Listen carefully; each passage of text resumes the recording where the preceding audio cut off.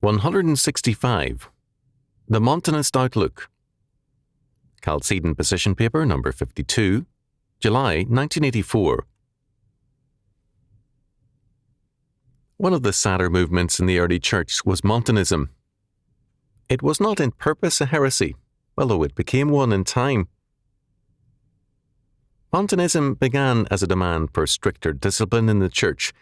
It wanted a return to the earlier years of Spirit-created acts and utterances.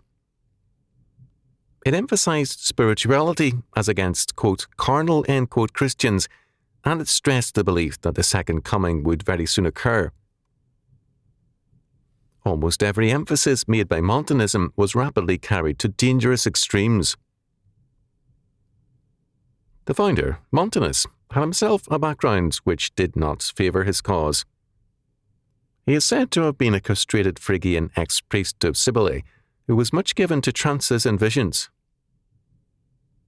His physical lack of wholeness, according to Leviticus chapter 21, verses 17 to 23, should have disqualified him from leadership. The Montanists called themselves, quote-unquote, spiritual Christians. For them, the existing churches were full of carnal Christians. The time was the latter half of the 2nd century. The young church had many new converts, and thus many problems, since these new Christians were not without their lingering pagan traits. This was no less true of Montanus and his 2 prophetesses, Priscilla and Maximilla, who left their husbands to proclaim the, quote, true faith, end quote. A strong emphasis by St. Paul in his first letter to Timothy is that a novice, or someone young in the faith, was not to be ordained as an elder. 1 Timothy chapter 3, verse 6. The testing of time and experience is necessary. Every faith must be tested. Montanism substituted zeal for testing and experience. The Montanists, as a result, soon had many churches in an uproar. They believed that their faith gave them an instant wisdom. By stressing the experience of the Holy Spirit, they assumed that this experience gave them the wisdom of the Spirit. A true experience of the Spirit increases grace and humility. The Montanist experience increased pride and judgment all too often. The great man in the Montanist movement was Tertullian, who was clearly and strongly orthodox. Montanism, in the main, was faithful to biblical faith, but it was guilty of the error of instant wisdom on the part of novices in the faith, many of whom were fanatical women and ignorant men. The Montanists believed and stressed the priesthood of every believer. There is neither Jew nor Greek, there is neither bond nor free, there is neither male nor female, for ye are all one in Christ Jesus. Galatians chapter 3, verse 28. This means that we are equally priests before God the Father and have direct access to Him through Christ, whose members we are. This, however, does not alter our status among men and in institutions. Status in a family or in a church is not altered by our priesthood before God. The Montanist emphasis on the Spirit in the life of man tended to be erosive of authority. This, combined with their belief in the continuation of the Pentecost gifts, made Montanists a problem rather than an asset to the churches. But this was not all. Montanism was intensely given to stressing the immediate return of Christ. Maximilla said, "After me there is no more prophecy, but only the end of the world." Our Lord, in teaching His disciples to pray, taught them to say, "Thy kingdom come, thy will be done, in earth as it is in heaven." Matthew chapter 6, verse 10. This was seen as a mandate to convert the world and to bring it under the dominion of Christ and His law word. It was a part of the Christian commission to bring all things into captivity to Christ. Now, in the hands of the Montanists, it became simply a prayer for the end of the world. The results were ironic. Montanism had criticized the Church for its lack of zeal, but now Montanism directed Christian zeal into a narrow channel intended to reduce it to a hope for the end of the world. The result was a stifling of the momentum of the Christian calling to exercise dominion and to subdue the earth. The Montanists distinguish between, quote, spiritual, end quote, and, quote, carnal, end quote, Christians, a distinction which has been revived in modern times. They did more. They saw 4 stages in the development of religion. They did so not in terms of Scripture, but by analogy to development in the natural world. Thus, despite their zeal, they imported Greco-Roman naturalism into the faith. They held, first, to natural religion and the innate idea of God. Second, there was the Old Testament revelation of a quote-unquote legal religion, of law. Third, the gospel of Christ came as the word of grace. Fourth, with Pentecost, there was the revelation of the Spirit, His gifts, and the rise of quote-unquote spiritual religion. This scheme bears real similarities to Joachim of Fiore and his three-age thinking. Joachim, the medieval abbot, divided history into 3 stages: the age of law, the Old Testament, the age of grace, the New Testament, and the final age, the age of the Spirit and of love. We do not know of any influence of Montanism on Joachim. Both had, however, a common assumption: a belief in an evolutionary development of religion and of God's way towards men. Where the analogy of nature is applied to God, God develops and changes like His own creation. Montanism also tended to deny the validity of authorities in the Church and to reduce authority to God-possessed utterances by its prophets. The Montanists claimed for their prophets an authority denied to the rulers of the Church. Authority was now, to a considerable degree, self-proclaimed, as various persons gave utterances to visions. The Montanists condemned the distinction between the clergy and the laity as authoritarian, but they created a new authoritarian aristocracy of visionaries who were above both the clergy and the laity. The Montanist prophecies had 4 concerns. First, they proclaimed the immediate return of Christ. They had added many beliefs to the biblical doctrine of the second coming as well. Second, they prophesied persecutions, which were very real and only increased. Third, they required as law within the Church a variety of ascetic practices and fastings to separate the quote-unquote spiritual from the carnal Christian. Fourth, their visions created new distinctions between the various sins. Tertullian saw the law of God as abolished by Christ. He held it to be wrong that the Church saw the Old Testament law and the Gospels as a unity. He said categorically, "The old law has ceased." An answer to the Jews, chapter 6.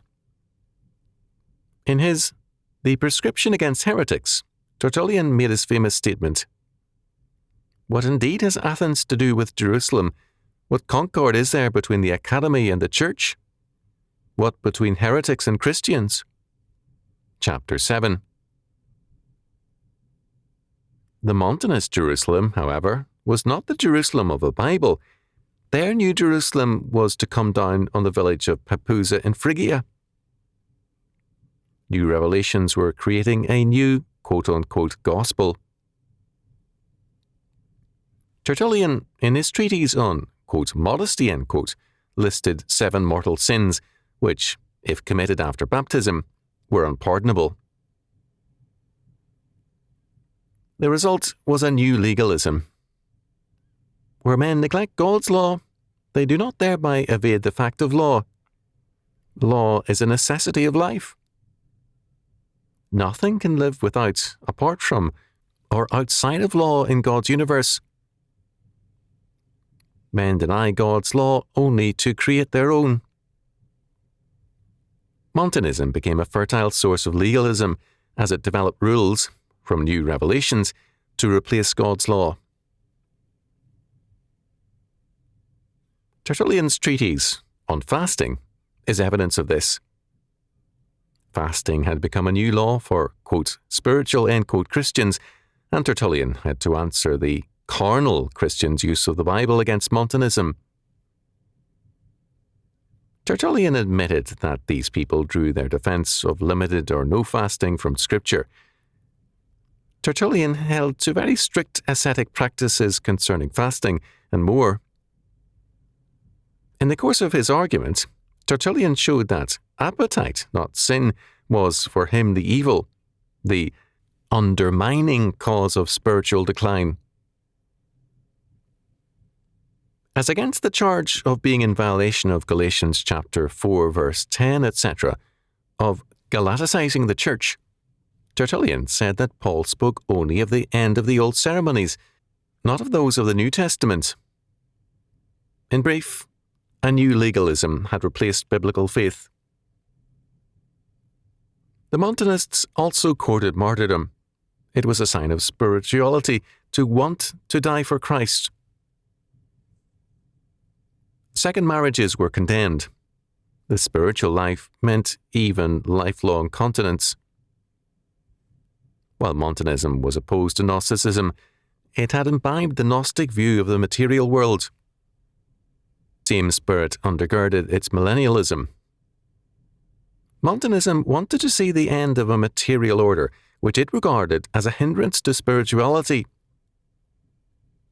Much more can be said about the errors of Montanism.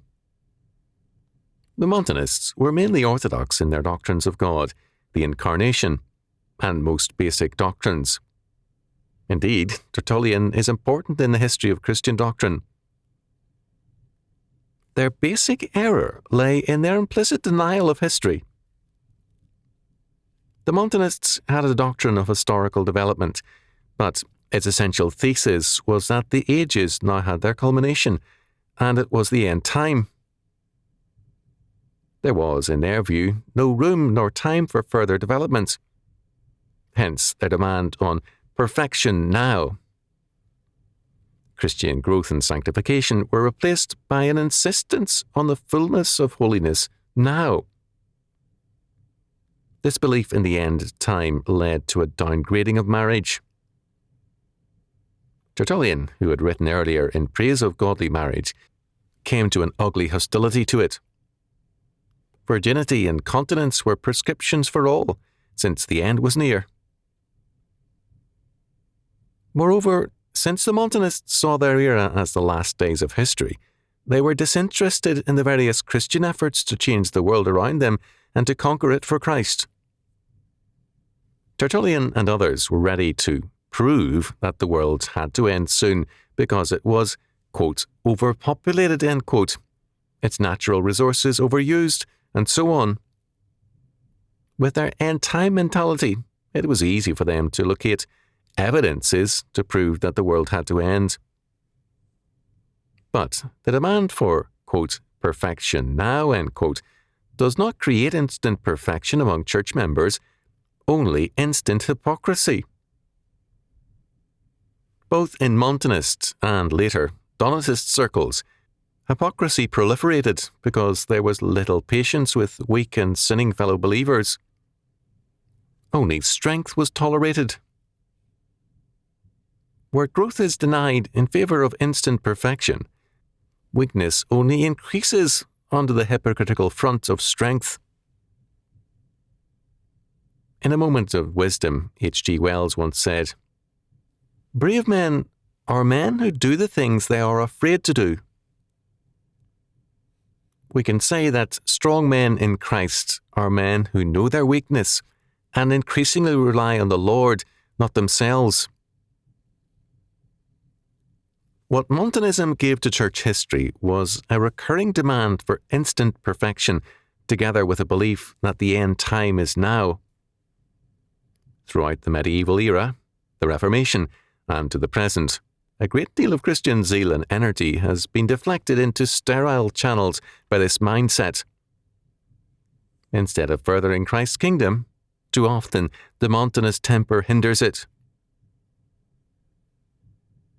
A pathetic example of this was cited in 1877 by Daniel Steele in A Substitute for Holiness, or Antinomianism Revived, or The Theology of the So-Called Plymouth Brethren Examined and Refuted. Steele reported that some of the followers of John Darby, the source for C.I. Scofield, had gone to Jerusalem to await the second coming. A handful of Americans, fragments of families, possessed by this infantile interpretation of Scripture, are eking out an existence in Jerusalem. They have adopted and are called by the name of the American colony. They are determined to be at the head of the line of office seekers when the new administration comes in. Then and now, the Montanist perspective has commanded countless numbers of Christians. Some, like Tertullian, have been and are great and good men. All have been sure from AD 171 to the present that theirs is the end time of history, and they have had charts and computations to prove it. What they have instead demonstrated is their own irrelevance. Christ our Lord is the blessed and only potentate, the King of kings and Lord of lords. 1 Timothy chapter 6, verse 15. For a Christian to make his faith and his Lord irrelevant to his age and history is to sin surely. No one is more relevant to all things than Christ the Lord, and only the faithful and active Christian can be a relevant man.